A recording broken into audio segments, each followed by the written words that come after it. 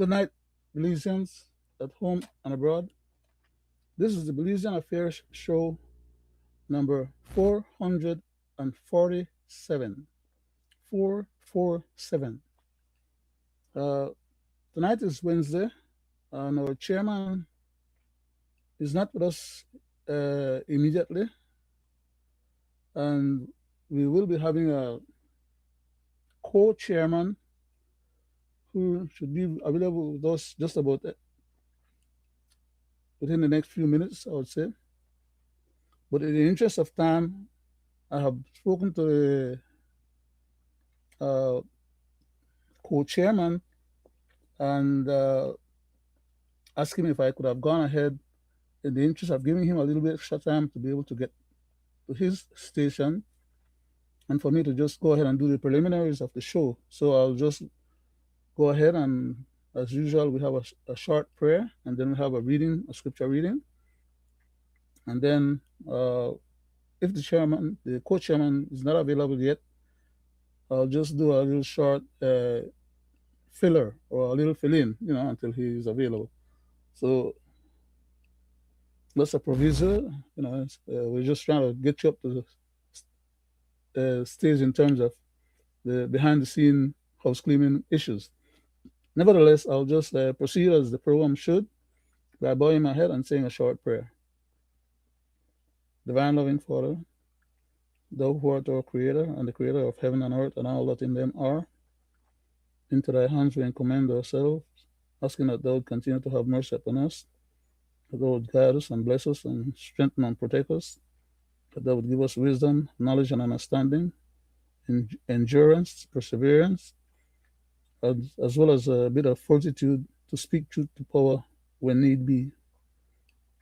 We pray that thou mayest continue to bless our family members, friends, and loved ones wherever they are. Thou knowest them by name and number. We pray that thou mayest accept the words of our mouth and the meditation of our minds and the contentness of our heart, now and always. We pray that thou mayest bless our country of Belize, its people and leadership. That thou would bless this country as well, its people and leadership. That thou would bless the rest of humanity. Thou knowest our trials and tribulations and travails. Please have mercy upon us. Please help us to survive these difficult times that we're going through. And we pray that thou mayest bless those people who have need of food and clothes and shelter. That thou would provide for them. And those who are in hurricanes and tornadoes and earthquakes and other natural disasters, on even those disasters that are man-made, we pray that thou mayest be merciful unto us all, who ask these mercies in Jesus' name. Amen. Thank you for those who allow us to partake in that particular function. Oh, I need my next glasses just to make sure that I'm not going to misread anything here. Okay, so I'll just read verses. I'm going to read from the book of St. Mark, by the way. I'm going to go ahead and read verses. Let's see, I want to do two verses. I'll read verse 9, and it says, whether is it easier to say to the sick of the palsy, thy sins be forgiven thee, or to say, arise and take up thy bed and follow and walk? But that ye may know that the Son of Man had power on earth to forgive sins, he said to the sick of the palsy. I'll go on and read verse 11 just for closure. I say unto thee, arise and take up thy bed and go thy way into thine house. And that is the end of the reading for tonight. It's telling us the story about Jesus mentioning whether or not a person should be blessed by physically being assisted, as in case of giving him healing from his ailment or his sickness from palsy, and allowing him to pick up his bed and walk and go home to enjoy the rest of his life without his disease ridden body being subjugated to the effects of the disease, as compared to just telling him a few nice words, and just move on. So Jesus is saying that he, Jesus, as the Son of God, has power to do both, but he chooses to do the one that will help that individual to come out of his misery.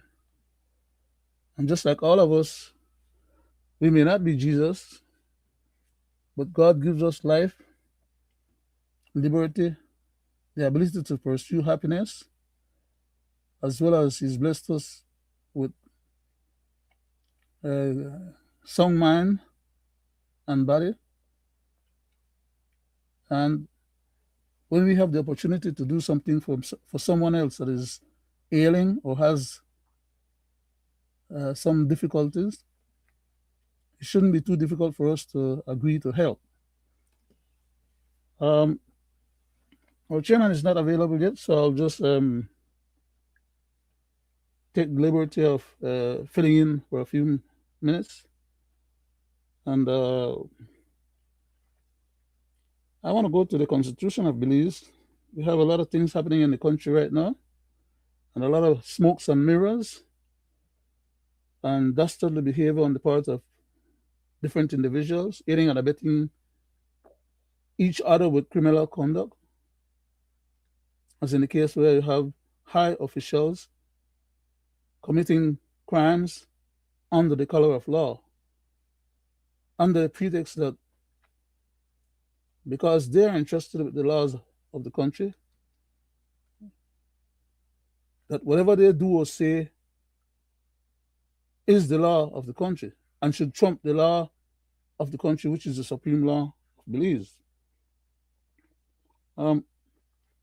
We have read, okay, I'll just go to a specific portion here.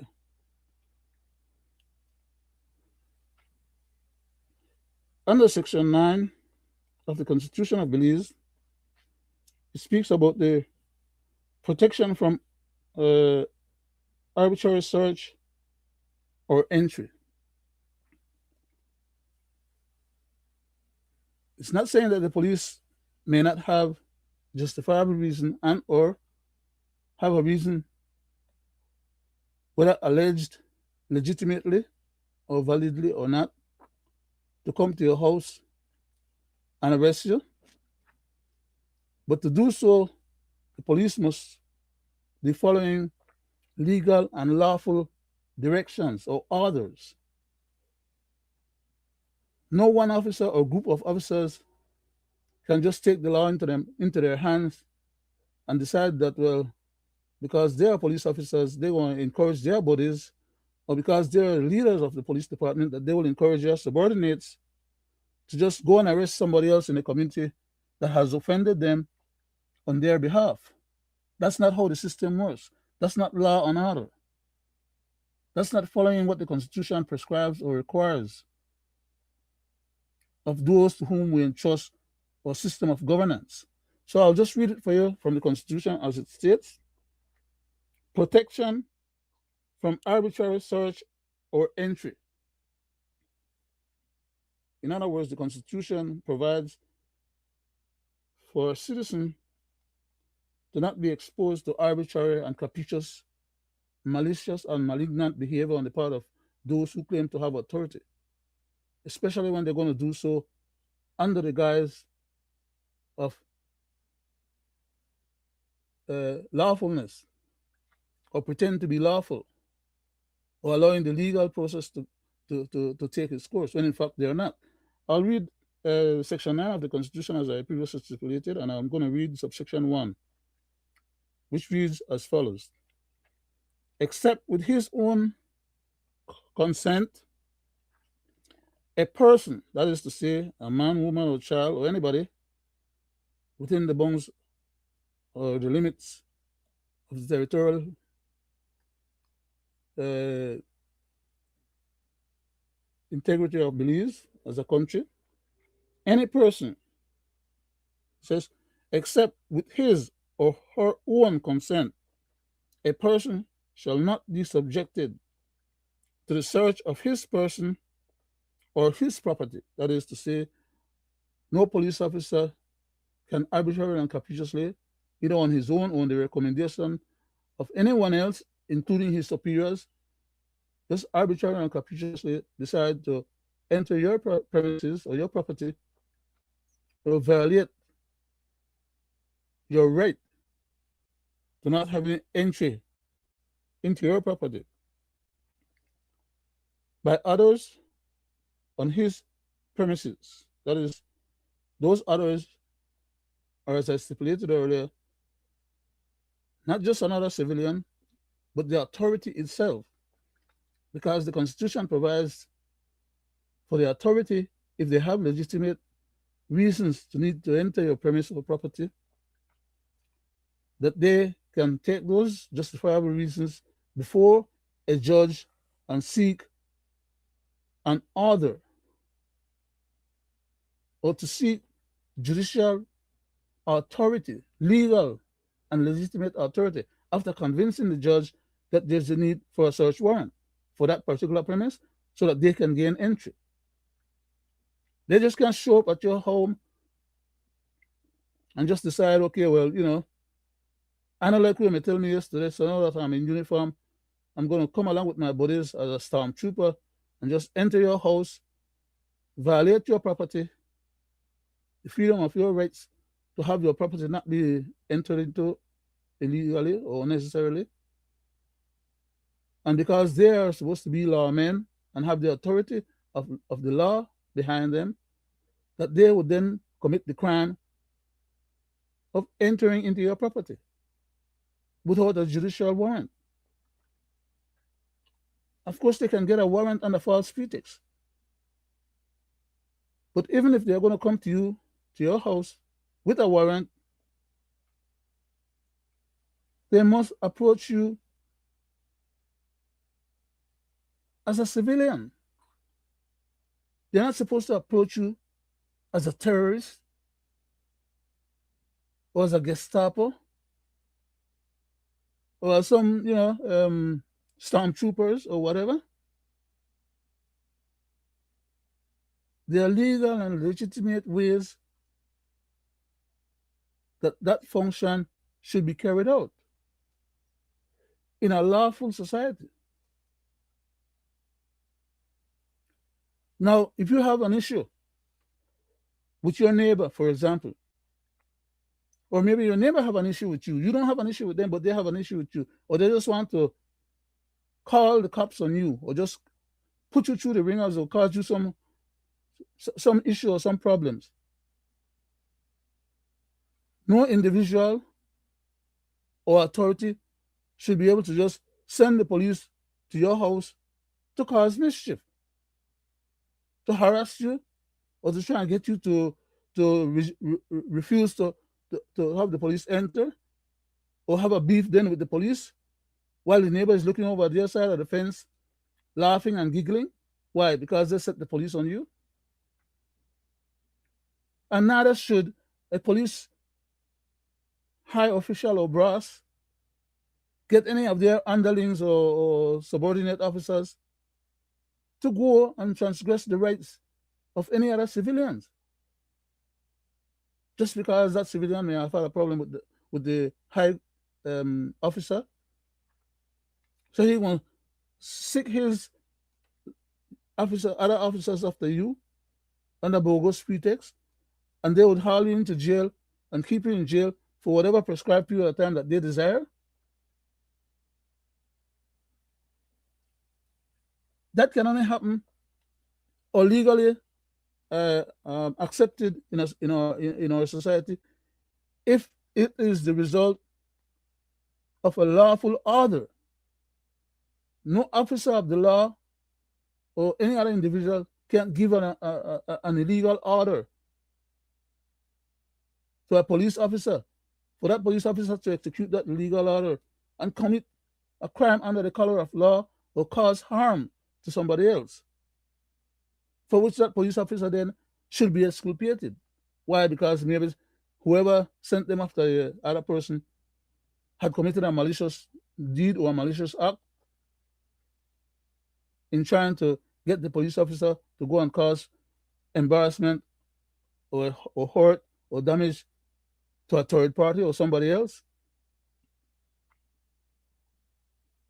Because under normal circumstances, anybody that goes and make an allegation to a police or a police department, or that submits a false report so that that report can be acted on,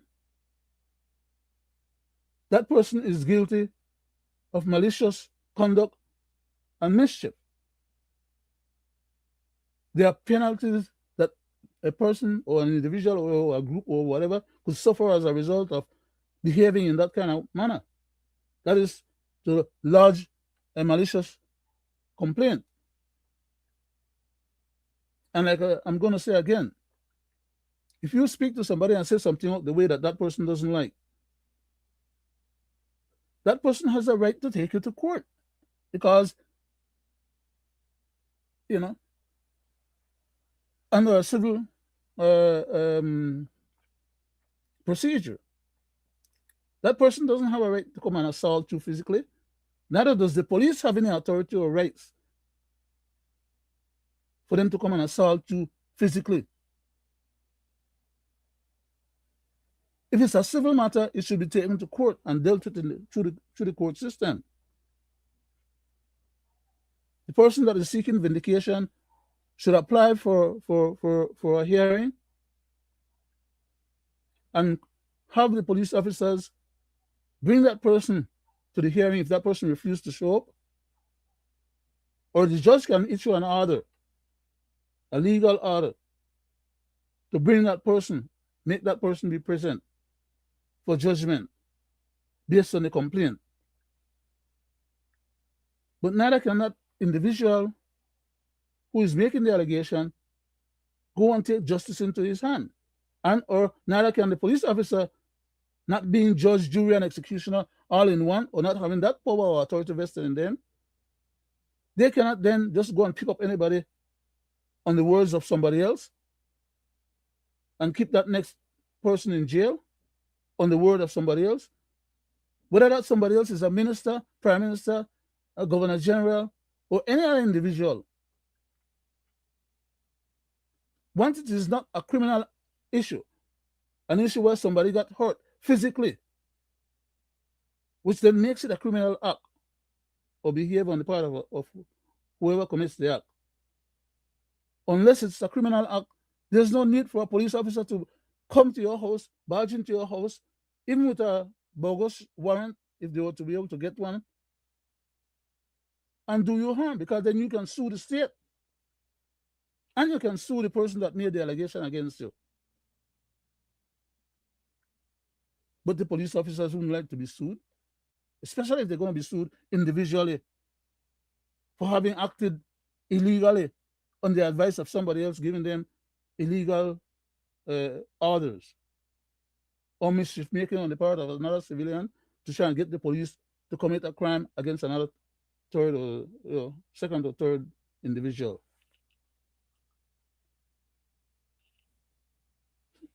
I don't see the chairman yet, so I'm just going to continue ranting a little bit more on this particular point, because this is an issue that's salient and present in our society in Belize. The police are now assuming the posture that they can just arbitrarily and capriciously, under the color of law, go and arrest and victimize just about anybody they feel like, throw them in jail, and if they don't get bail, they sit there until until they're due for the hearing, or they can keep them under remand. That should not be done if it's not a criminal act. The Constitution specifically says that. That's a violation of people's fundamental rights. An officer can't just take out his gun and shoot you because you and him had an argument and he didn't like what you said to him or her. That's an abuse of power and the use of powers beyond what is called for in a circumstance like that. Unless a person is being physically um, aggressive to an officer,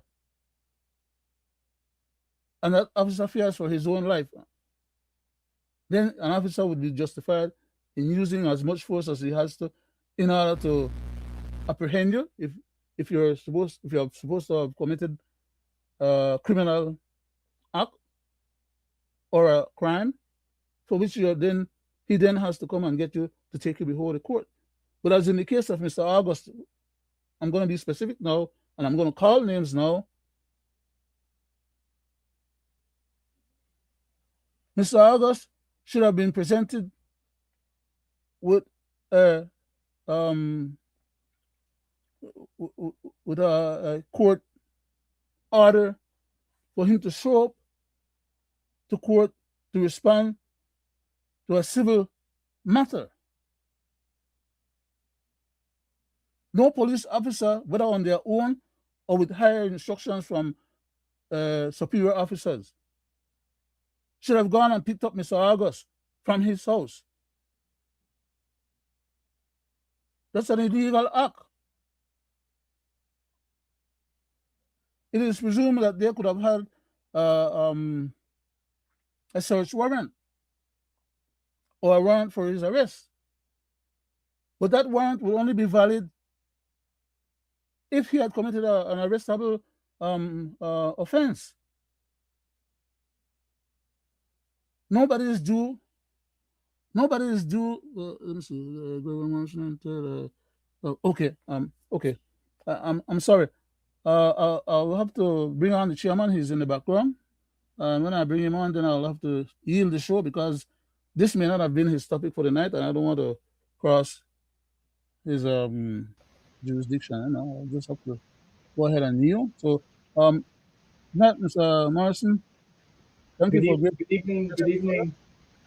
I was ranting a little bit just now, but I was just doing that in the meantime to kill some of the time. No, while you was absent, and I just need to yield to you, sir. And I don't know that what I was talking about would have been your topic for the night, so I don't want to Okay. cross that. What were you talking about? I was talking about the issue of the bogus arrest that was done in terms Oh of yes, yes. sending out police officers to go and arrest Albert. Yeah. Mr. August for Mhm. having, at the least or at the most or at the worst, having committed what you say a breach of the peace in terms of saying something offensive to somebody that that next person didn't like. That is a civil matter and should not have been dealt with and treated as a criminal matter in terms of sending police officers as stormtroopers to his house to pick him up, to hold him for over the weekend.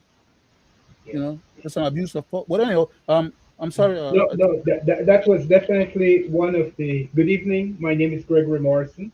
I'm here out in California, and it's a pleasure always joining the program with Mr. Brackett and our other hosts. That I think they're out tonight on some different measures.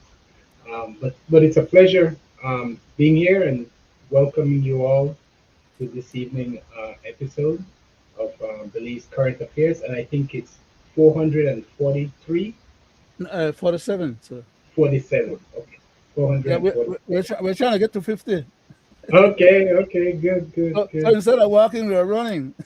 I'm just Yeah, kidding. great, I'm, great, great. I'm just messing around. So Yeah. There's, I'll get to your topic because it's definitely one of the issues that concerns me, Mr. Brackett, where we are heading.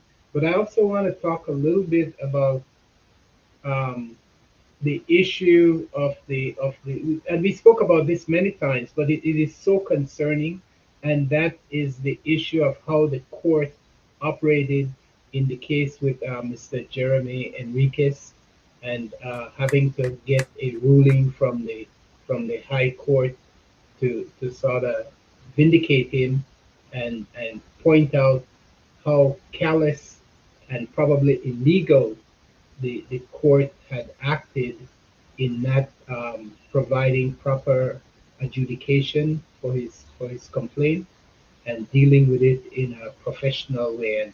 And the appellate judge had some very stern, well, not appellate, but the high court ICJ, judge the had CCJ. some, yeah, yeah, yeah. No, no, it wasn't CCJ. It was the police court. He hasn't gone to CCJ as yet. It was the Belize High Court that that ruled on it. But I want to just step back a little bit on what you were saying with the Sir, situation. uh, uh, Yes, before we move forward, can I just clarify one little point for public clarity? Since we're yes, or sure is about what happened is that Mr. Enriquez have quite a few items going through the court right now, and some have been ruled on at different levels, and some have yes, not been ruled on correctly. And yes, so, uh, the, in regards to something that he had, in regards to his original yeah, case was not disposed of yeah. um, That still have uh, not been ruled out, and legally that or is, correctly. Go yeah. ahead. I'm sorry. I'm No, sorry. I was going to say the original case was regarding The the dispute, requirement that we provide proper okay. constituent Section 90, redistricting, Section redistricting, 90 of the Constitution in terms yeah, of redistricting. redistricting Yeah, and and reapportionment. proper Yes, sir. reapportionment. Yes, Yes, sir. yeah, yeah. But to just roll back a little bit to what you were saying, so we don't get too far from that, in trying to address the concern of how we deal with what is seems is probably proper criminal misbehavior on the part of our police, because police are not supposed to go and pick people up because a minister is upset.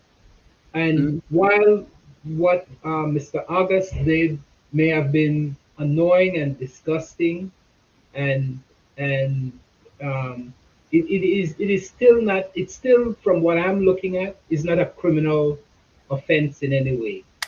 And as you indicated, if anything, if he could, and he felt aggrieved, the minister felt aggrieved, it would have been a civil case of of of some sort, mischaracterization or something of that sort, and not a criminal case. I Uh, think though that, and he would have to prove that in the court, yes, as compared to yes, now, he didn't have to prove nothing to have the man sit in yes, jail for a few days and get, you know. But anyhow, I yeah, yield back, sir. I'm sorry about okay, okay, jumping the yeah. gun. The situation of the Mr. August being arrested and then being held over for that extended period of time seems to be a total Malicious. miscarriage. Let me finish. Hmm. Total miscarriage of justice in our system, an abuse of power, political um, um, harassment. That's how I see it. Um, and it goes far from cyberbullying. Hmm. To me, I don't see that as cyberbullying. I see cyberbullying as harassment or abuse, and even for something to be bullying, it has to be a consistent situation, and someone has to be warned about it, and then if they do not cease, then um, actions could be taken. But no way can I see what happened and what I read there. If there's more or consistently more, then I could change my mind as to whether there was a level of harassment in what was going on. But to just have made those statements as they were, it was, as I said, they seem to have been spiteful. They seem to have been deliberate. They seem to have been mischief making. But it certainly doesn't lead to the point where someone should be picked up from their residence and taken to the station and locked up. So it is showing that our ministers, our politicians, and we had a similar situation where I remember a former commissioner of police was complaining about taking people to, charge having them charged for cyberbullying. I think this is a total miscarriage of how this law is supposed to apply. And all we see, the people that are applying it are politicians and high CEOs that of government that don't like things said about them that may be provocative, may be unfair, and all such. But it doesn't rise to the level of cyberbullying. So I do believe our courts, our attorney general, and our courts need to come out with some clear definition and some ruling that would set straight what the bench level is that the court is looking at for such a crime, because it cannot just be arbitrarily placed like it is and just have your political mischief makers and people that dissent against you be pulled into the legal system, the criminal system, to satisfy your ego and your bruised ego. So that's how I see that particular issue, Mr. Brackett. Yes, sir. Any more comments? Yes, sir. I appreciate the opportunity. Um, in addition to your observation and your statements in regards to this matter, I would like to also add, that the law itself, as it is currently on the book, the cyberbullying law, one, the gun law, two, quite a few other laws that have been made over the last 15, 20 years, okay?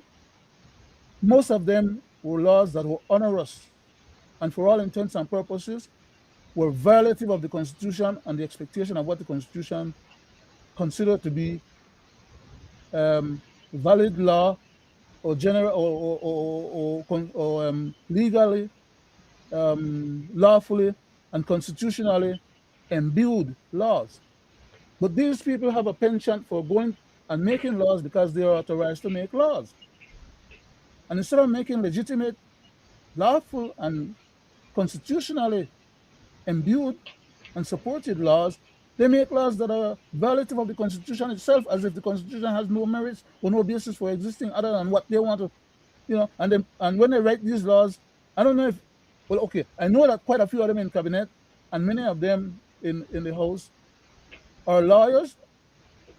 You have some of them in the Senate are lawyers, and there's enough knowledge there for these people when they get together and write these things for them to correct each other or point out to each other where the frailties are or the unlawfulness is.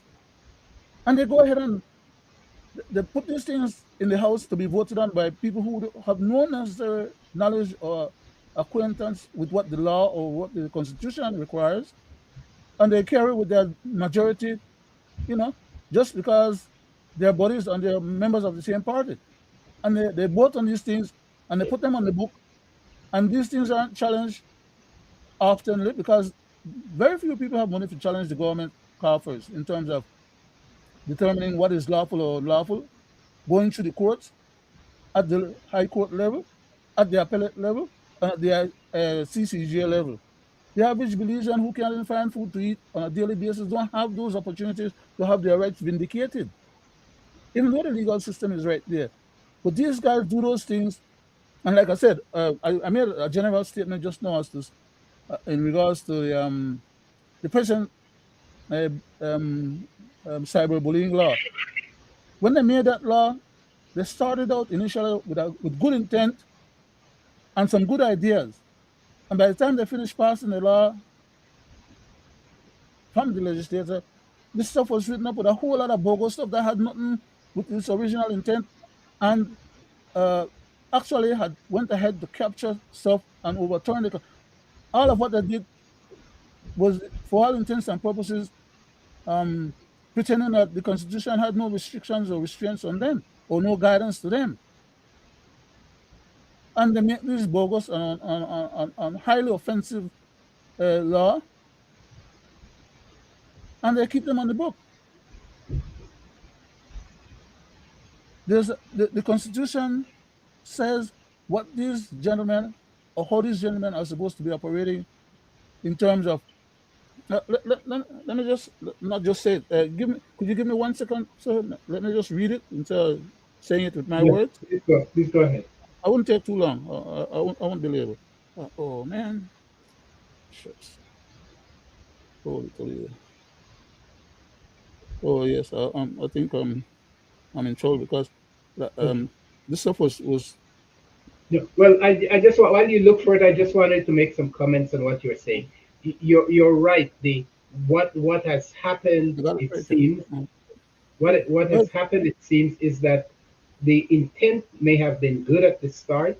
It may have been intended to protect people that were really affected by cyberbullying. But I have mhm, not seen any of those cases of regular individuals applying this law. It has all been reserved in the instances it has been cited was by politicians and high-powered CEOs that feels offended by some public comment that was made, and they really have less protection than the general public because they are public figures. So and they there's know what something. they're doing. They Yeah, know what they're yes, doing. yes, yes. They definitely know what they're doing, and that is one of the big concern I have. And as you alluded to, um, or House or Parliament is heavily laden with lawyers, so they should know what's going on. But yet they take on to these things that don't totally cause a miscarriage and misrepresentation of what a proper cyberbullying law should entail and how it should be applied. And I'm sure they saw the weakness and the abuse of how this law could have been abused, but yet they let it stand as it is when there's a clear case and a clear instance of when we need to protect a vulnerable individual and population from true cyberbullying. So Hmm. we need to reel in this and see what can be done. We can't stop people from saying what they say, but there are appropriate laws of libel, civil penalties and stuff if you feel that such is the case. But to drag someone into the police station for criminal offense in these instances is total miscarriage. It's total abuse of the power. You are going to continue. You found what you were Yes, looking sir. for. Yes, sir. Thank you very much. I was going to read from the Constitution of Belize, um, section 2, subsection 1, and it reads as follows. Let me turn extra reading support. It reads as follows. This Constitution is the supreme law of Belize. And if any other law, which I always like to emphasize when I read about other law, is inconsistent with the Constitution, that other law, to the extent of its inconsistencies, is void. So, not all the laws that the legislator makes are void or should be void, but to the extent of its inconsistencies with the rights that are vested in us, the people, to the point where those laws that they are making are onerous and violative of all rights, then by judge, if it's other law and it violates the Constitution and they have not come to the people through a plebiscite to get consent to have those violations, but that they go to the Governor General, for example, and ask the Governor General to sign on to a statutory instrument number 49, as I'm giving examples specifically, because I want the matter to be clear to people. Okay, people hear this thing, but they don't understand or they don't, you know, it's not being told to them or explained to them in context. They wanted an SOE because they knew that they had been putting out bogus SOE and the courts have been complaining about them and told them to pay those people to whom they caused harm. So now they want to do another SOE, knowing that they had not resolved those issues and had not followed what the court said, but they're now going to try and say that they're going to do it under a different premise. That is that this current SOE, according to them, was actually signed by the Governor General, agreed to by the Governor General, and since she have the power and authority to grant a state of emergency, even though it is being granted not under the conditions that are required, but because they asked for it, and it is the Attorney General who is the Governor General's legal advisor, who is the legal advisor of Cabinet, who goes to the Governor General to lobby on behalf of Cabinet, to do the biddings of Cabinet, we end up with this bastardization of the Constitution.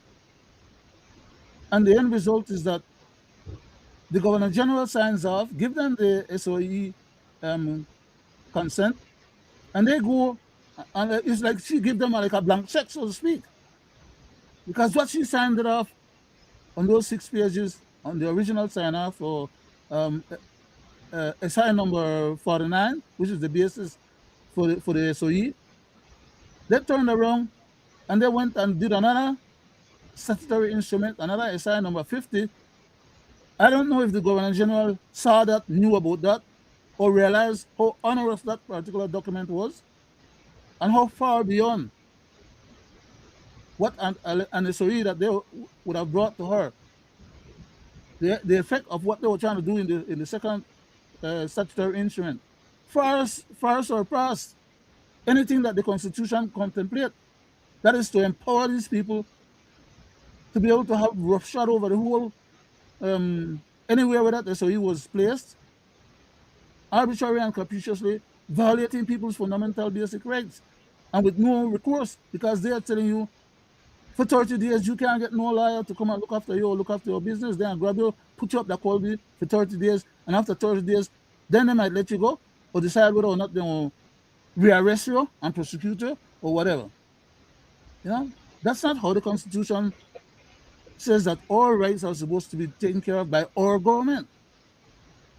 It's not like it's us against the government or the government against us.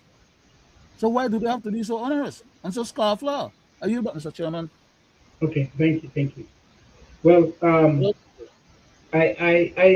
you know, people have different level of sensitivities, and people have different understanding of the laws, and that's why courts exist to kind of work through these things and to determine where culpability lies, what level of you know, the things are in percentage.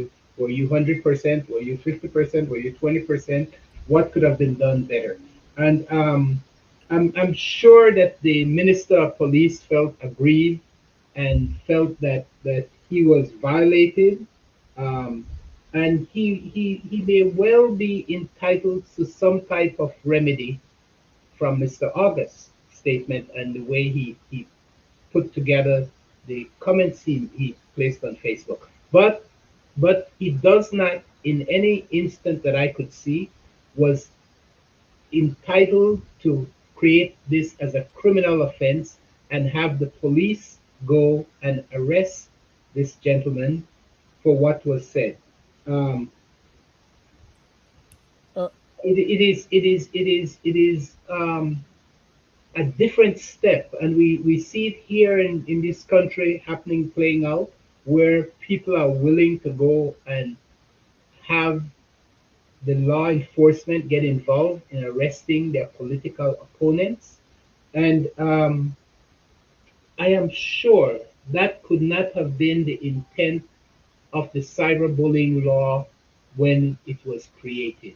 So we have I think the people that wrote that law needs to go back and look at the structure of it and to see if there is some way they need to fix it, because the threat we have heard, the actions we have seen so far, it is not in its purpose serving the interests of the general citizens, and it's not working in a way that is serving the true intent of how it would seem like it was to be unfolded. So there's that concern I have about it. You wanted to say something? yes, Mr. Chairman.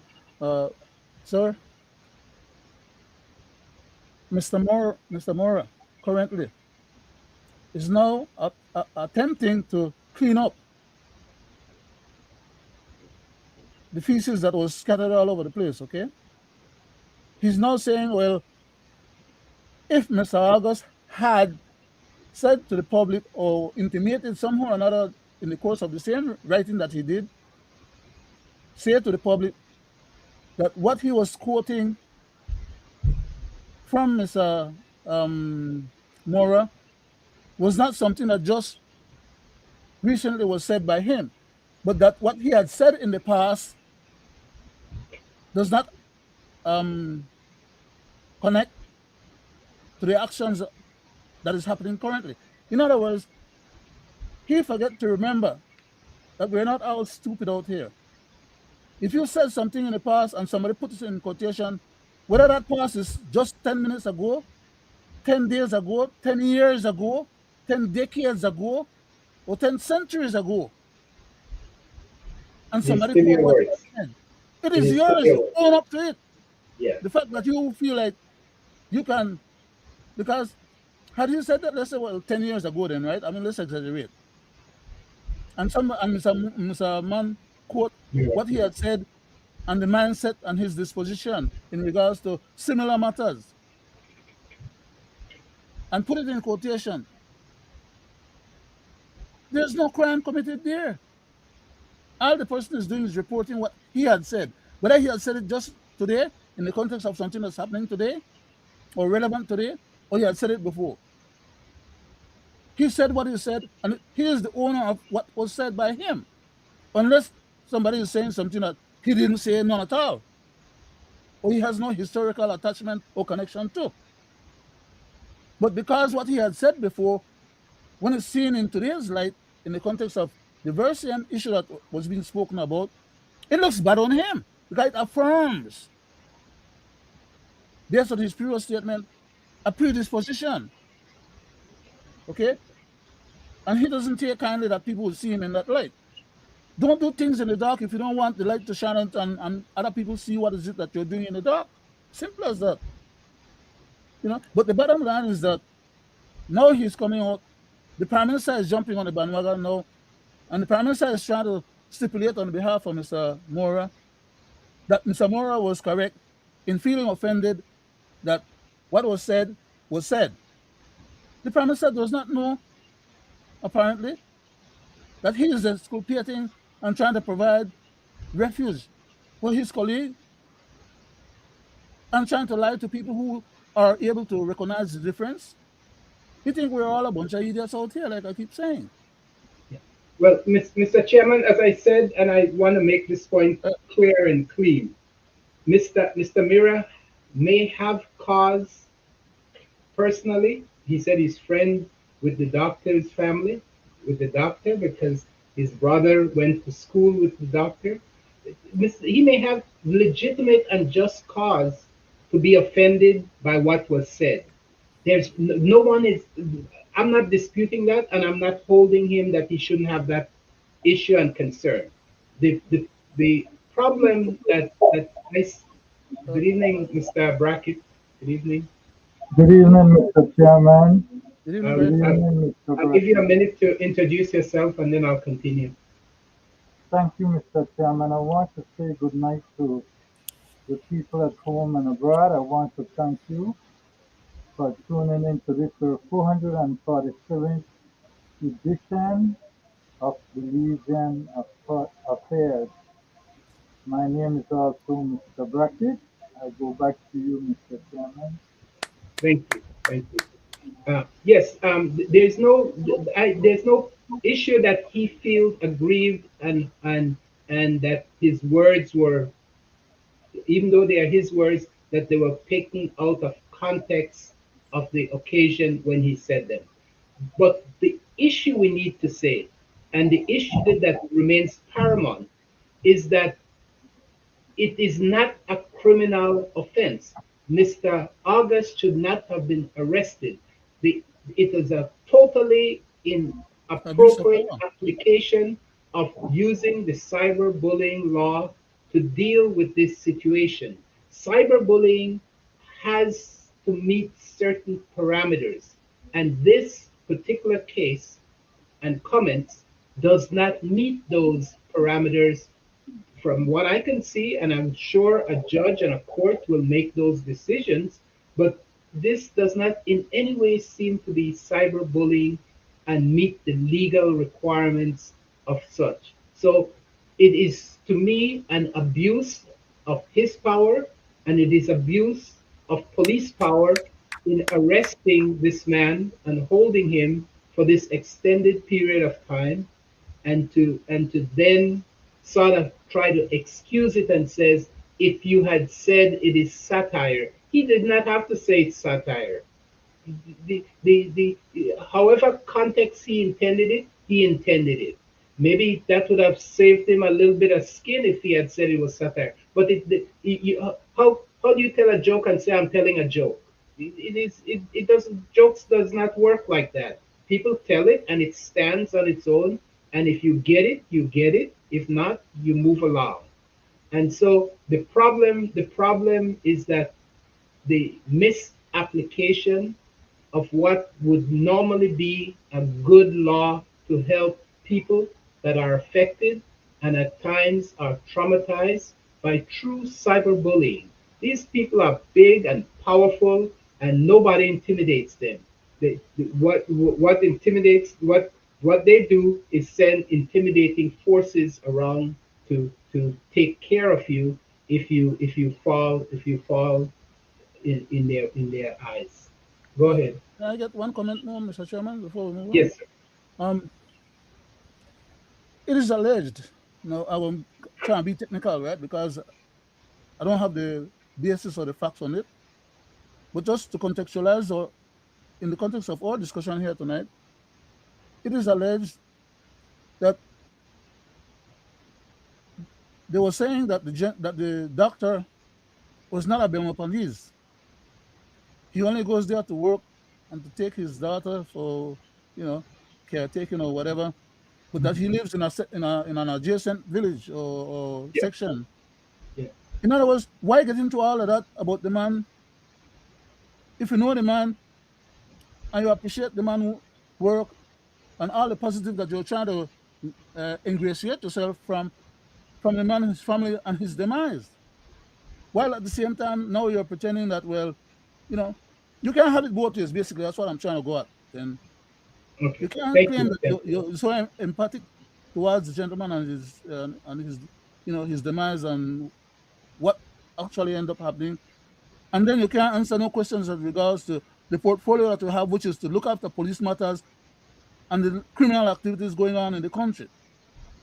Okay, Yeah. and then you turn around and say, "Oh, Well, your I know, supporters I are know saying that some people. I the, know the, some people are. the black B-boy didn't belong to Belopan because, Yeah, like in other words, if you're black enough from Belopan, you can't be a part of the Belopan community." All this kind of craziness that they are right. carrying on with. I yield back, sir. I don't know if that was the context because he was black. I think it was just because he was a criminal. But we never know because a lot of black people live in Belmopan, so I don't know Do you know if that there that are was. people who believe that anybody who have black skin has to have criminality in them because black represents criminal or deviousness or evil? Yeah. And that's not a concept of today's society. Yeah. So I'll let you get in there, Mr. Gregory Brackett, please. Thank you, Mr. Chairman. I want to say to the people at home and abroad, Senator Elena Smith, not too long ago, who represents the NCUCD, brought this topic up when they wanted to pass the Yeah. Common Assault Bill. And she mentioned it in the House. And what she had said then Still is stands. coming to pass as we speak. And I will show you, Mr. Chairman, and the people at home and abroad, how these ministers and how the Prime Minister of this country try to use the reverse psychology and the people of belief. I want to go back, Mr. Chairman, to what Ms. Smith had said to bring us up to where we are today. Here it Please is. go, sir. And welcome to our colleagues this morning. Madam President, the NTUCB has a few concerns regarding this bill before us. And while, as everyone has said, I support the comments made by my colleagues, we feel that we are moving away somewhat from using or requiring proof for some of these things when we are looking at, for example, you can be held accountable if I hear that you say something or you say a bad word, as we call it, just by those persons, indicating that they heard me say these things.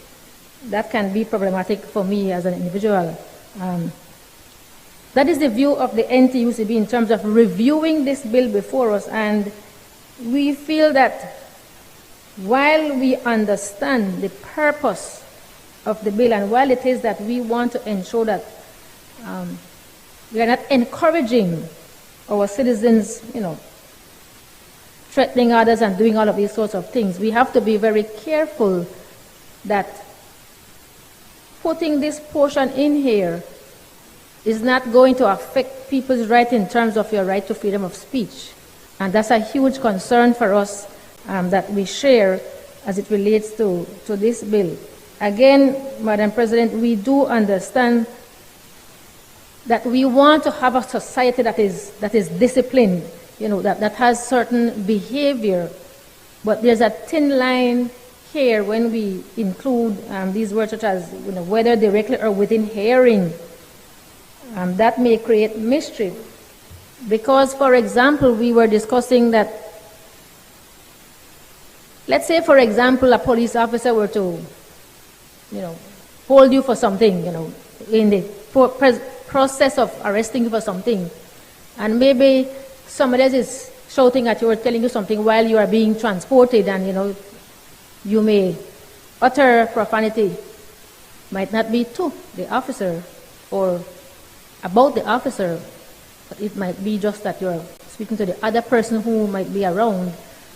The NTUCB feels that can create some unnecessary issues, and so I think, again, the essence of what is here is supported. However, I think that this portion of this bill will create some issues in terms of people's freedom and people's rights.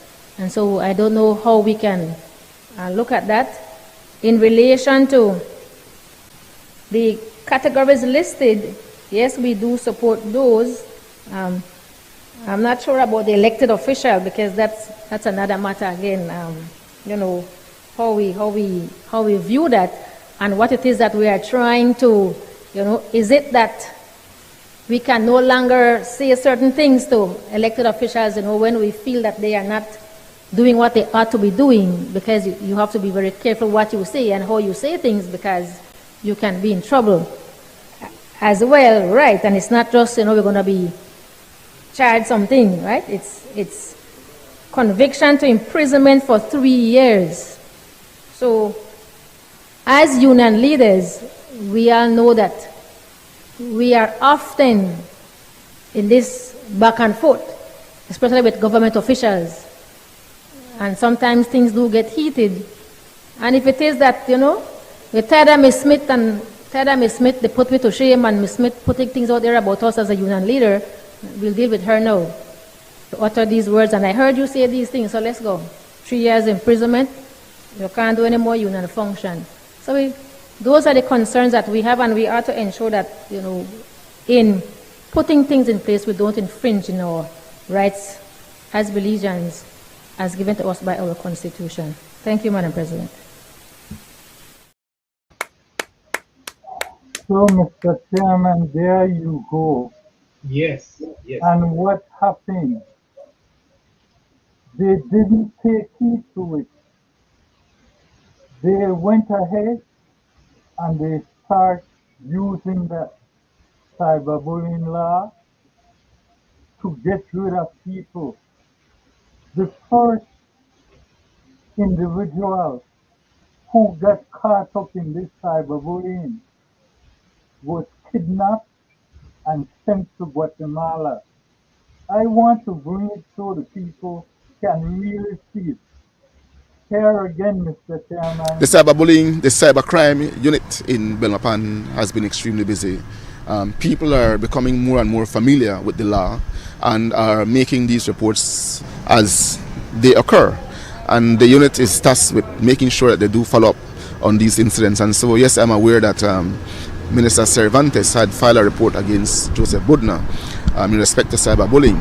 And the police again is looking for Budna to follow through with that report to see if there is anything there that he can be charged for.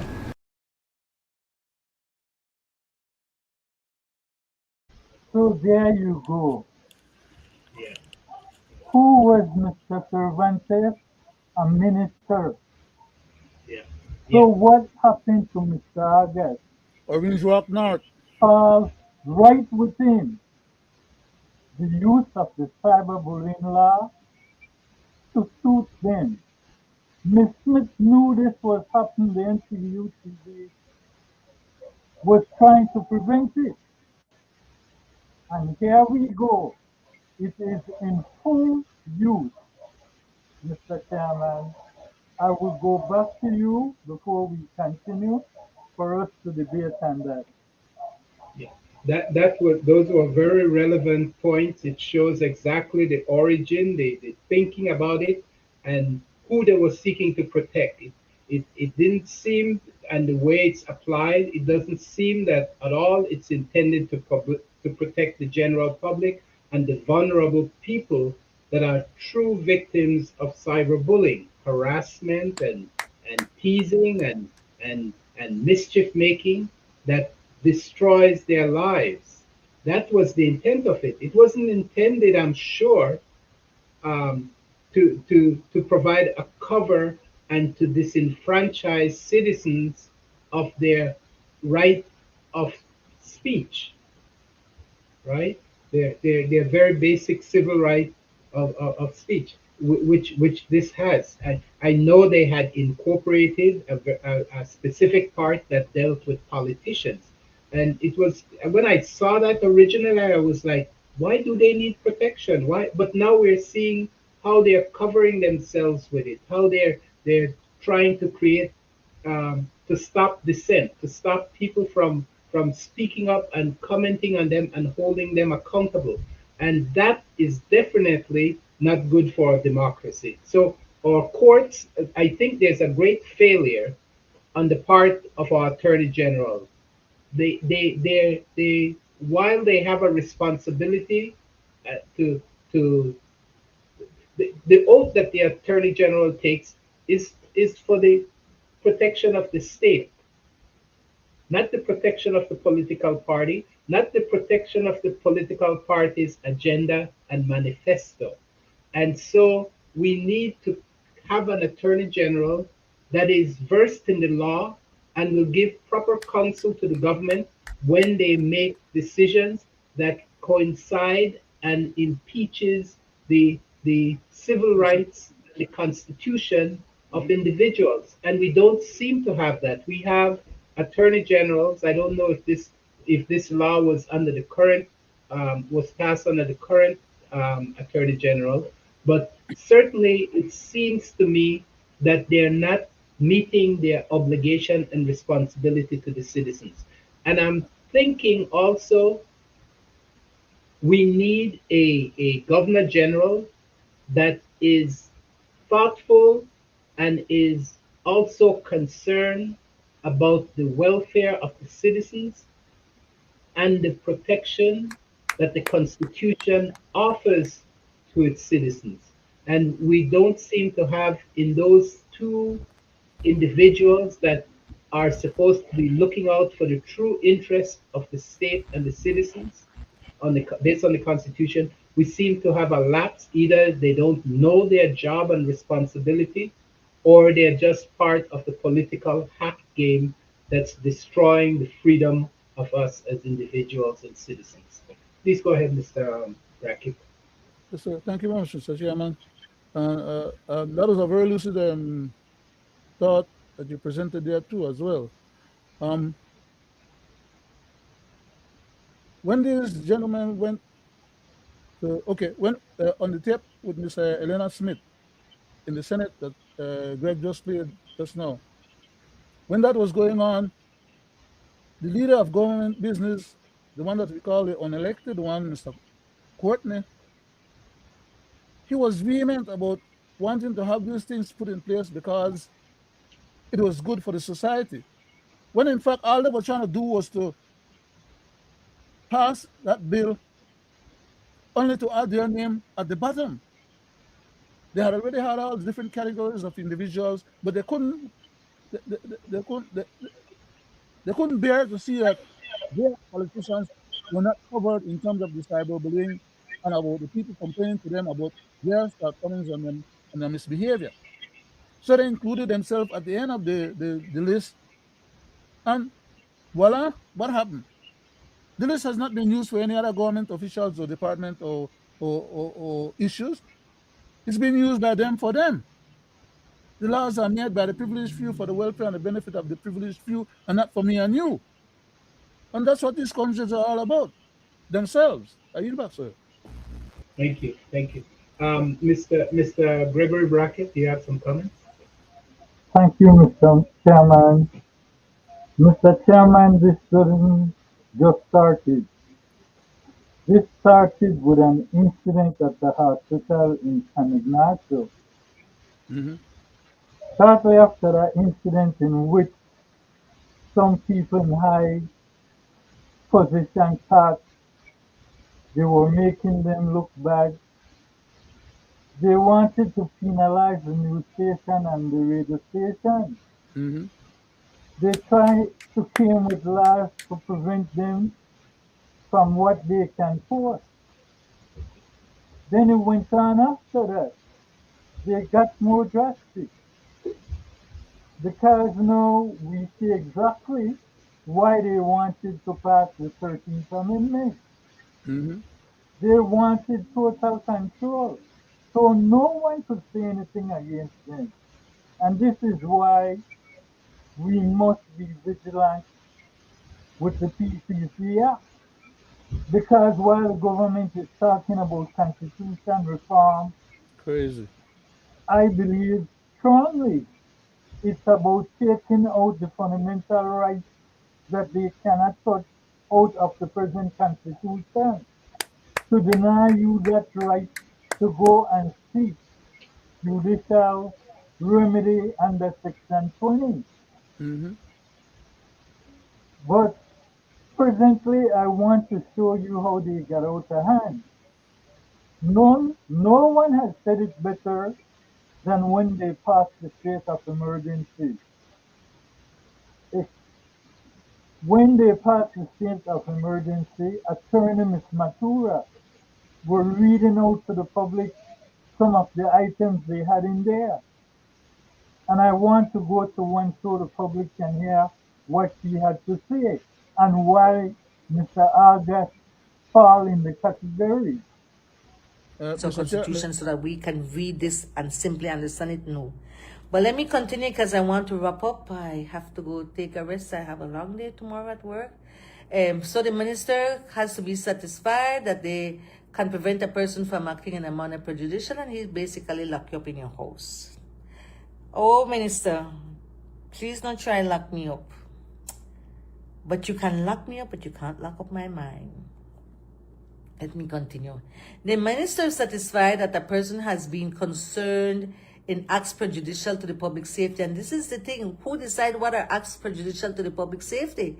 Is my explaining to you all that your rights are being trampled and abused? Is that something that's prejudicial to public safety or public order?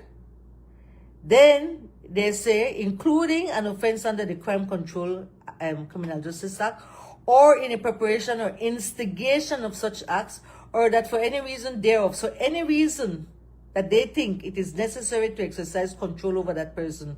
So that's where I fall. Any reason, it doesn't have to be because it's under the Crime Control Act or any offense. They just have to have that for any reason they think that I am influencing public opinion that is prejudicial to what they're wanting to do, or is going against what they claim is public safety. The minister can then declare that I am a person that should be put on house arrest because I'm instigating and inciting you all by explaining this to you all. So they say if it is necessary to exercise control over that third person, they may make an order to be known as a detention order against any person directing that he be detained. Yo. Anyway, you know me, I went talk out. Truth is the truth. And then again, we're stuck with another government unable to solve crime and using draconian processes. And still, after the state of emergency is lifted, the crime will continue because they don't want to solve the problem. Let me look at this one now. It says here, a person detained under the detention order shall be deemed to be in lawful custody and shall be detained in such place as may be authorized by the minister and in accordance with such instructions. Well, minister, if you detain me, please detain me in your house. I want to live in your house. I'm sorry. And this is what they can do. At any time after a detention order has been made against any person, the minister may, by a further order, revoke or vary detention or may direct that the duration of detention order be suspended subject to any of the following conditions as the minister sees fit. Imposing on such person restrictions as to the place of residence, your association, and your communication with persons. I told you eventually, even my internet will get knocked off. I did tell you this thing serious. This shit serious. Boy. So there you go, Mr. Chairman. Thank you. Thank you. Under the state of emergency, if they deem us right here in Belizean affairs, Yeah. choking the public or talking to the public to try to enlighten them, they can come and detain us. They can take away our network. We can't have no more Belizean affairs. So this is so far in violation of the Constitution the present government is going. I go back to you, sir. Correct.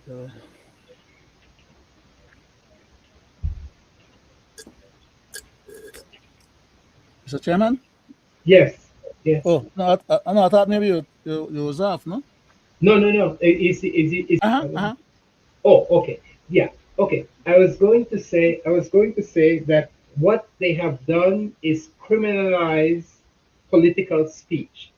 And what we have done is move the minister into a position of legality and having jurisdiction over our citizens. That that bill is totally corrupt. It is totally anti-democratic. It is totally not the way laws in our country is being made. That we are giving this type of of legal power to our elected minister to determine what your punishment should be, how severe, when you should be released from it. This is this Mr. is Chairman, could you allow me to interrupt you for a second, sir? Or could you give me a chance to interrupt you? yes. What is happening, and I hope that these people catch on to it, okay? What is happening is that what they put this state of emergency out there for, and they went and create this number 50 statutory instrument with all those wordings that Ms. Matura was reading just now, and a hell of a lot more that people haven't heard about or known about yet, is they're trying to sensitize the people and getting the people used to the idea that the ministers will be the ones who decide what is law, what is lawful, what they're going to do, how they're going to do it, and basically run each department according to ministerial fare rather than according to constitutional prescription requirement. They want to change the whole constitution, which is why, as Greg brought up just now, under the PCC was intended to try and get authorization that they don't have currently that would allow them to be able to put these things into bits and pieces into practice, and eventually it becomes a standard process of where how they operate and run the government. To hell with the constitution as far as they're concerned. Okay, that's the man the agenda, and they are feeding it to the people little by little, and the people are not catching on. Like they say, when you put the shucks, when you put the toad in the water and you slow boil it, you know, jump out. But if you put it in the hot water, you can jump out. Well, that's what's catching more Belizean people. Then you get boiled in a slow, warm water. By the time they realize that the water is so hot that they need to get out, then done cook already. Are you back, Mr. Chairman? Thank you, thank you. As I was saying, what has happened and what's happening is that the way the law is written, it is inconsistent with how any of our other laws that I'm aware of has ever been written, where we are now making the minister an adjudicator in determining your penalty and who should be charged and so forth. And while we're talking about the SOE, I'm thinking more of the specifics of this Sorry, statutory SOE. cyberbullying uh, bill, because I think what Miss Matura was referring to, was it the cyberbullying law or the No, SOE no, law? the SOE. She The was referring to statutory the SOE. instruments that backs up the SOE. Okay, okay. Cyberbullying has already been passed and put on the book. No, I And, know that's law. I know that's law, and they're implementing and it's it in this manner. unconstitutional. And until somebody else we could afford to fight it or challenge it, yeah, stay on the book and let other people and continue to get hurt until it's ruled in the court as being unconstitutional. These jackals do these things not by error, omission, or oversight. They do them deliberately because they know the threshold that people have to cross in order to get their rights vindicated. And even after the court has ruled, these jackals they still don't follow the law of the land. They Yeah, go ahead and they snub the court and they make time run pass by, and then they come up with another. They don't want to do what is right. And I don't understand why is it that they have to comport themselves like that. Because the people not doing them nothing. yeah, All the people that are getting the chance to make them rip off the resources of the country and enriching themselves, which is against the law again. But yeah. they don't care. Are you about, Mr. Chairman? Okay, okay. I'll go to you, Mr. Gregory Brackett. Thank you, Mr. Chairman. I want to show how when the government of Belize pass these laws and when they know they are violating the people's constitutional rights, how they try to correct it by telling on themselves, Mr. Chairman. Government ministers are getting to a point where they do not want you to critique or criticize their action while in office. So you are not supposed to complain about the non-progress or what they are not doing. This is why they're using the cyberbullying law to protect themselves. But it goes beyond that because I will show you the double standards. Let me play a tape. I want you guys to hear what the Prime Minister has to say. What do you think of the charge that Oscar Mira brought against Alberto August? Did you get involved and in getting him out of detention, and should you have done that? Well, I don't think I have to give you an account of everything that I do. So let me start with that. And I say that with the deepest of respect. But more importantly, I think that Oscar Mira also is a citizen. And if he feels that somebody is I want to stop it right there. I want to stop it there so you, the people at home and abroad, can understand where the Prime Minister is going with this. What when other he citizen have that mentioned kind of power? he is a citizen. He is trying to reflect on the charge and let it seem as though, as a citizen, Mr. August did something wrong, knowing fairly well that the cyber bullying law does not reflect on a minister, a public minister. You have the right to criticize them. So he's changing it to say he's not using the word minister. He's a citizen. So this is how these people play the game, Mr. Chairman. That is how they're taking advantage of the Belizean people through the use of bastardization of the Belize Constitution to think people will not know. It's not all of us that don't know the Constitution and know when it's being misused, because this is a point right there to show he wants to place the minister now outside of his portfolio and call him just a regular citizen. A regular I go citizen could back not, to you, Mr. Chairman. Thank you. Mr. Thank you. Chairman, a regular Yes. citizen, as the Prime Minister alluded to just now, would not have had the powers to send no police goons to go arrest the man and go in at your house, you know, to arrest, to deal with her and put her in a jail. Well, no regular citizen could not do that. So that what the man they try to say. Yeah. So Well, what they do that? that shows they want to play both sides of the coin, right? I have the power. I don't have the power. I'm just like you. This applies to all citizens. So, and we know that's not possible, like you alluded to, Mr. Leonard Brackett. No ordinary citizen would have had the capacity and to send police to arrest any individual for those comments that was made by Mr. August. So the, It's the on a civil matter of that. yes, yes. Is it that we are to, is it, Mr. Chairman, that we are to believe that Mr.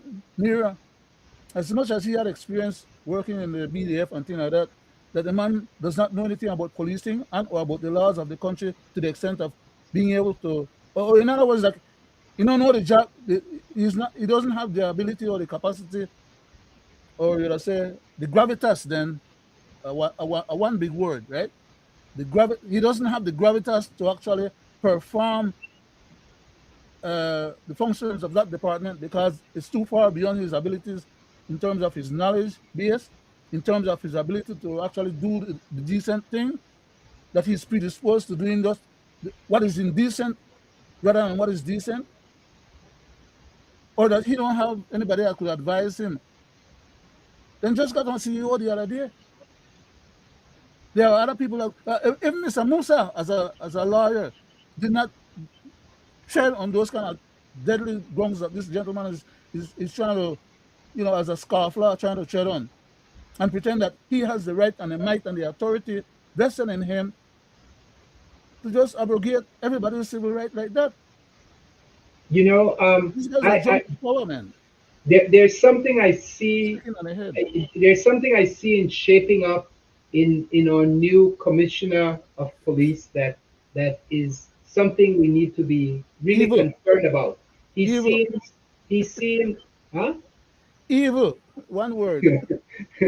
He seemed to be very tolerant of rolling on the rights of citizens and to not be a person. He seemed to want to be a strong man in terms of Mm-hmm. the police force and how Mm-hmm. he manages that department and how he deals with citizens in terms of rights. So You that see is how something. Mr. Chairman, you see how he dealt with the previous commissioner before him, right?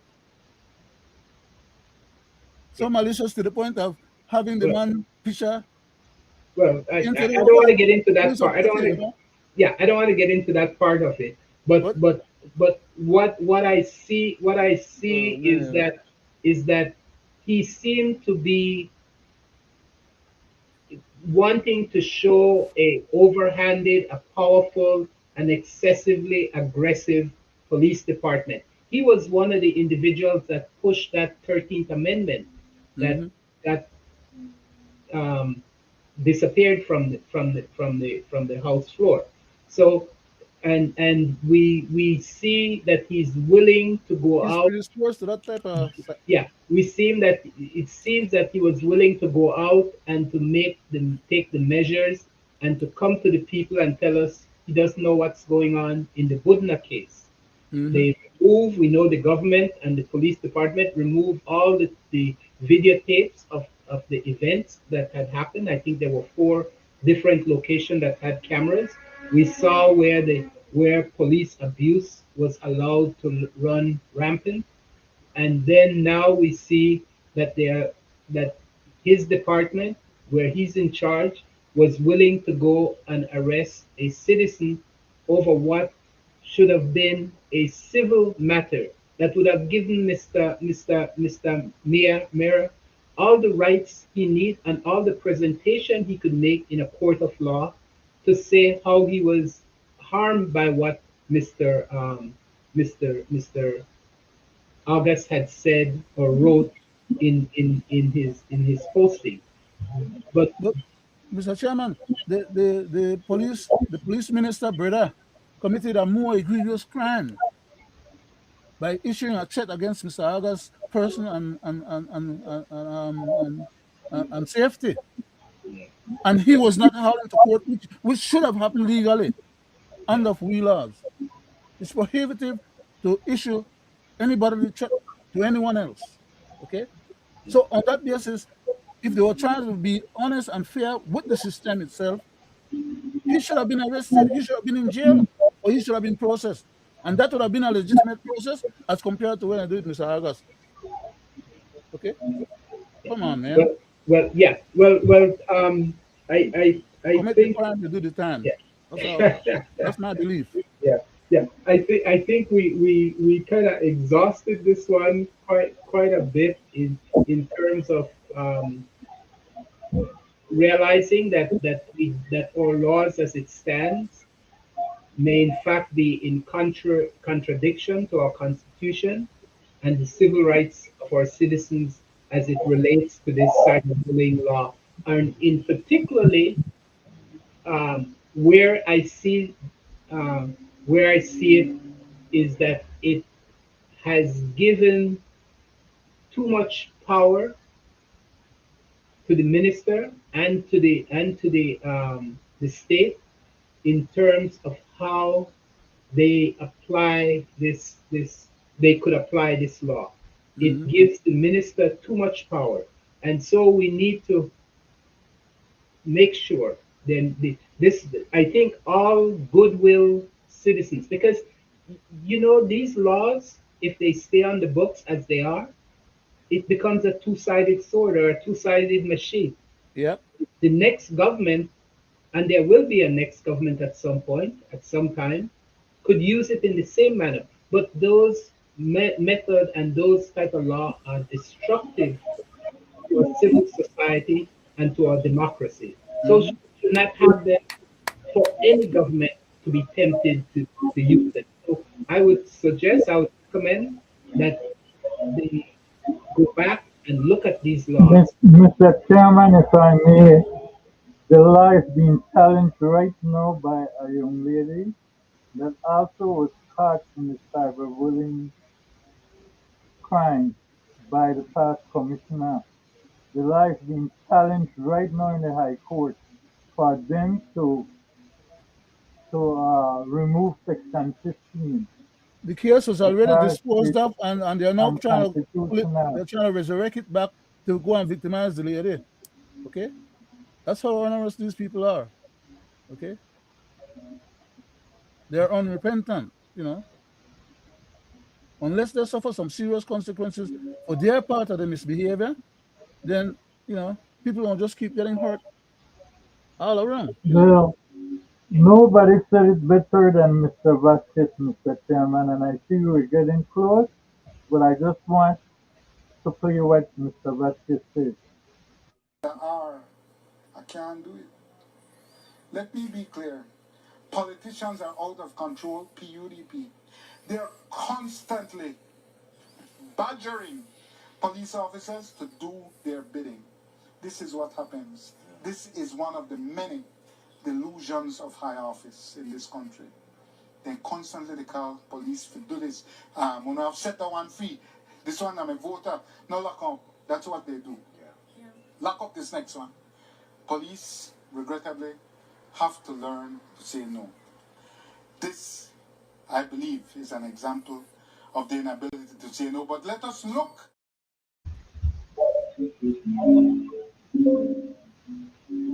So there you go, Mr. Chairman. Thank you.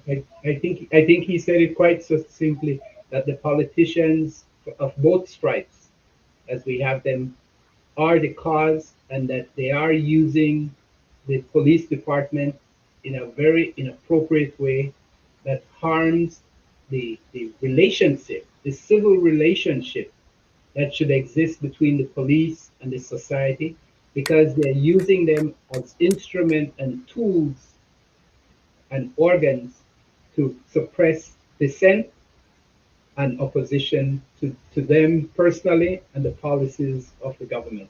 So hopefully this is pushing us to these points where we are seeing evidently the flaw of such a misuse and such a law as it's structured and how it's applied, that it will hopefully cause both parties and our attorney general and our governor general and our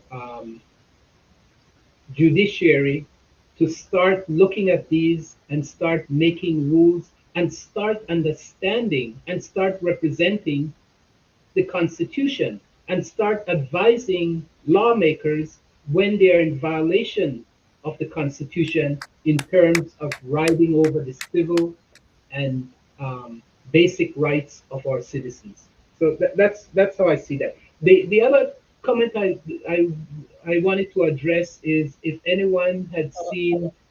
Mr. Chairman, uh, Yes. we're at the limits of our show, maybe for another 3 or 4 minutes. Oh, wow. Can we manage it another 3 or 4 minutes? Would that be too Uh, little? No, well, I just will bring it up briefly. Uh, I no, wanted to also talk, and we could do this next time. The concerns that the CEO from immigration, when she was asking to have more people come into our country, and was complaining about the fact that we have these deficiencies in terms of citizens that are willing to perform certain type of labor within the society, and sort of pressing out that we probably relax our immigration policies or to more and the people we're attracting because of how we structure our immigration policy, open policy, is people from Central and Latin America. And I'm hoping that we would be more diverse in terms of attracting people from other Caribbean countries and other Black people um, to Belize, and not just totally forget the balance in demography, um, demographics that a country like Belize should be considered in all its immigration policies. it's not by accident, omission, or oversight that what's happening is happening, Mr. Chairman.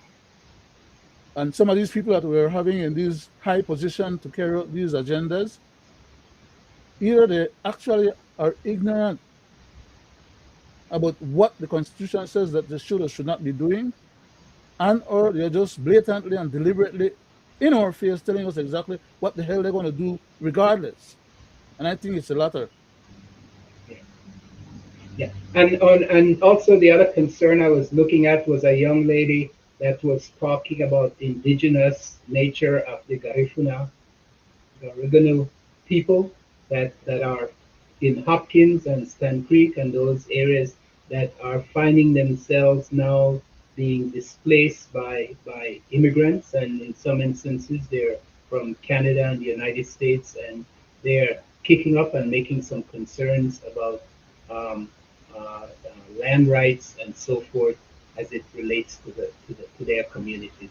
Mr. Chairman, all of that is happening because the ministers, they get into bed with these foreign people who come with money in their pocket and in their briefcase, and can give them a little thing on the side, and they facilitate these people getting these tracts of lands. And then when these people develop their area, the land become more expensive. And the small people in the community can't afford to buy lands in those areas. As a matter of fact, they don't even give them lands like they used to give 10, 20, 30 years ago. All the lands is being harnessed for foreign investment purposes. People are like the real estate agents, them, then they try to figure out how, and that's why the people can't expand their village, because they're encroaching then on private lands.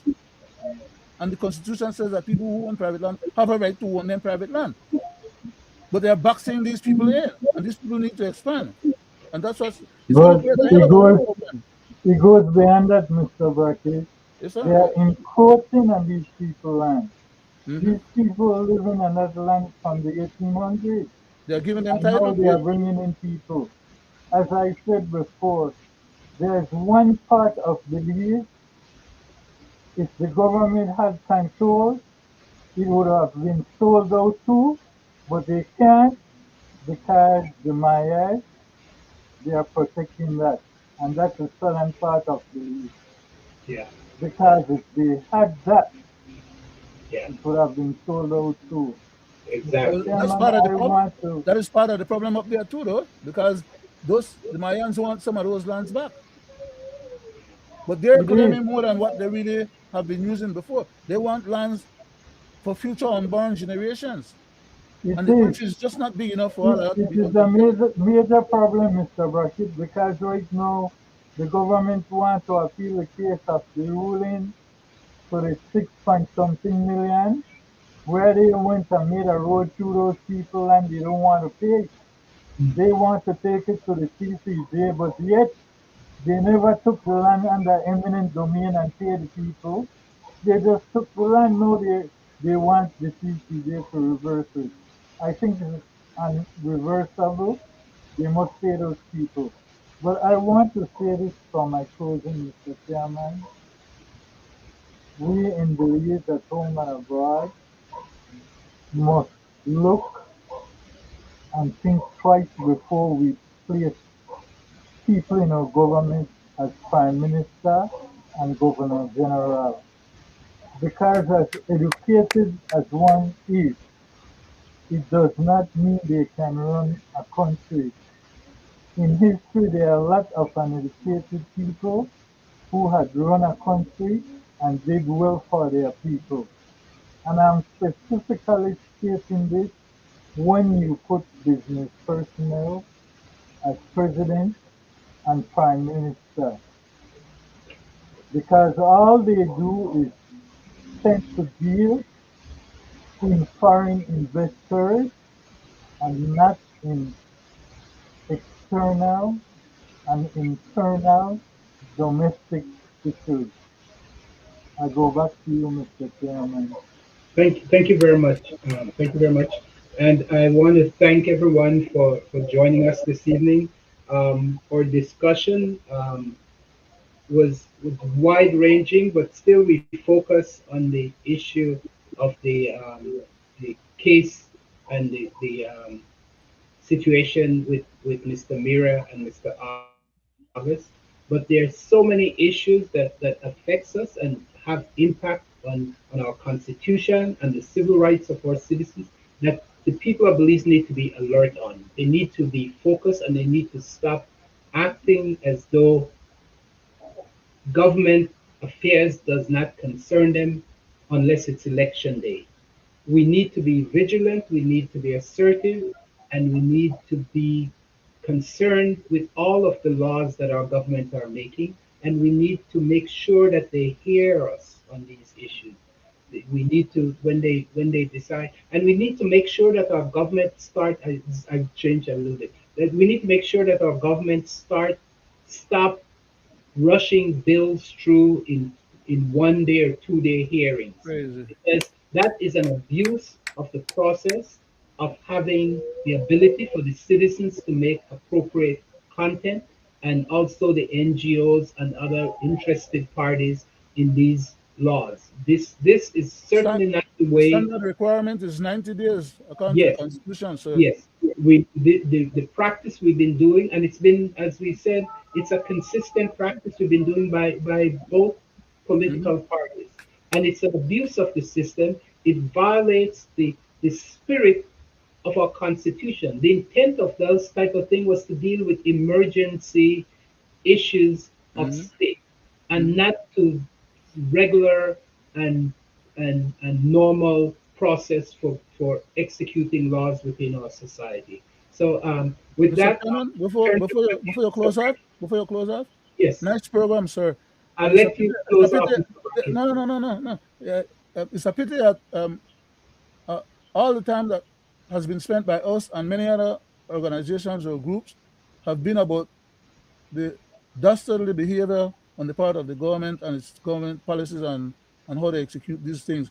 But we should have been spending some time actually on the gentleman who died, by virtue of whom these comments and these arguments back and forward Yeah, got initiated. I mean, so we just want to say on the part of our program, that we extend our deepest sympathy to that gentleman, to that doctor and his family, and we hope that the good Lord will hold him in good stead until resurrection day, and may his memory, the good things that he did for people, yeah, be a justifiable means by which they can remember him in a positive light, rather than just him having been killed for whatever reason of which we know not much about, yeah, but that the fact that he, he he came from humble beginnings, and he rose to the point of becoming a doctor and serves his community and the much wider community of the country as a whole. yeah. God bless him. It really shows the ruthlessness and the callousness of our society when we make qualms, no qualms about killing a doctor. Mhm. You know, it shows that something has really gone wrong in how we are valuing lives, people, and how our society is being run. And we do need to wake up as a people, and we need to make sure that we hold our government accountable, we hold our police department accountable, and we hold ourselves, our families accountable. Because what's going on is not good. It's not good. It's not good at all. So with that, I want to say thank you all for joining us this evening. It was a pleasure being with you, and we'll see you next week. And thank you, Mr. Gregory Brackett. Thank you, Mr. Leonard Brackett, and Well, I thank guess you we'll too, sir. have Mr. Wade on Friday. Thank you too for such a nice program tonight. Thank you too, Mr. Chairman.